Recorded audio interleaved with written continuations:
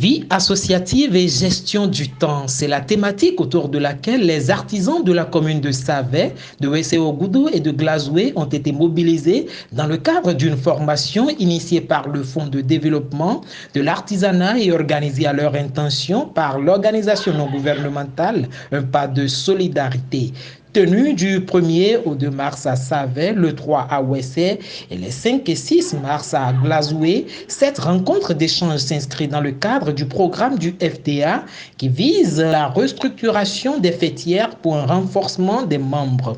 Au total, 50 artisans ont été formés à Savet, 25 à Wesseogoudou et 25 à Glazoué. À cette occasion, plusieurs modules de formation ont été développés par les formateurs sollicités par le comité d'organisation présidé par Anicette Oboya, présidente de l'ONG Un pas de solidarité.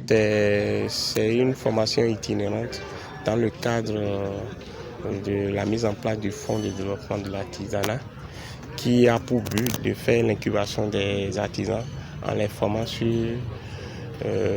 plusieurs thèmes,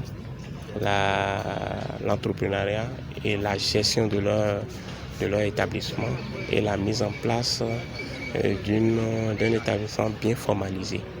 Et suite à ça, nous allons passer à l'organisation de leur financement.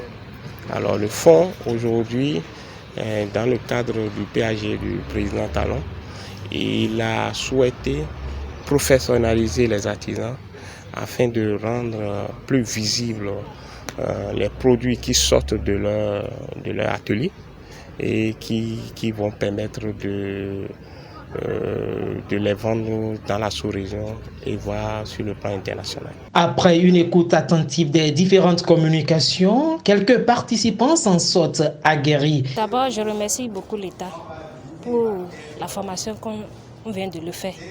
Vraiment, c'était très bon. Et ce que j'ai retenu est qu'à partir d'aujourd'hui, je devais faire mon entreprise là, qui soit ça formelle. Donc, je suis très très content de cette formation-là et j'ai reçu beaucoup de choses. Nous avons besoin de formations sur notre vie d'abord. Comment gérer encore le temps. Parce que tout ce qu'on a dit dedans et je viens d'écouter et j'ai suivi, on a besoin de formation. Comment même gérer aussi l'argent. Quel est notre revenu? Quel est notre chiffre d'affaires? Associés à l'organisation, les autorités communales des villes bénéficiaires ont salué l'initiative. La gestion du temps est fondamentale. Nos artisans ne comprennent pas que quand une demi-journée, quelques heures est perdue, c'est un trou déjà qui se crée là. Donc par conséquent, remercions beaucoup le gouvernement qui a voulu accompagner nos artisans et pour poursuivre les activités. Anicette Oboya, présidente de l'ONG Un pas de solidarité au thème des travaux, a fait le bilan de cette formation. Le bilan était positif, surtout au niveau des participants. Les fêtiers, ils ont vraiment accueilli cette formation parce qu'ils sont dans le besoin. Ça les a profité et la formation était participative. Ils ont eu à poser toutes sortes de questions. Et je pense que l'essentiel, c'est la formalisation pour eux de leur entreprise et pour qu'ils aient l'accompagnement du fonds.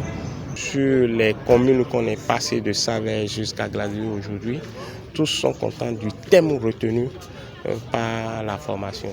Et nous avons déjà, et ils souhaiteraient faire un suivi sur ce type de formation que le fonds souhaiterait organiser.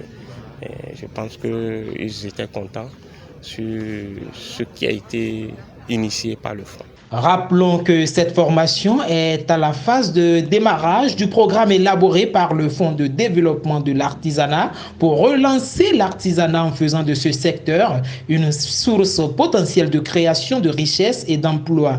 Notons pour finir que les participants bénéficiaires de ce programme de formation recevront des attestations de participation.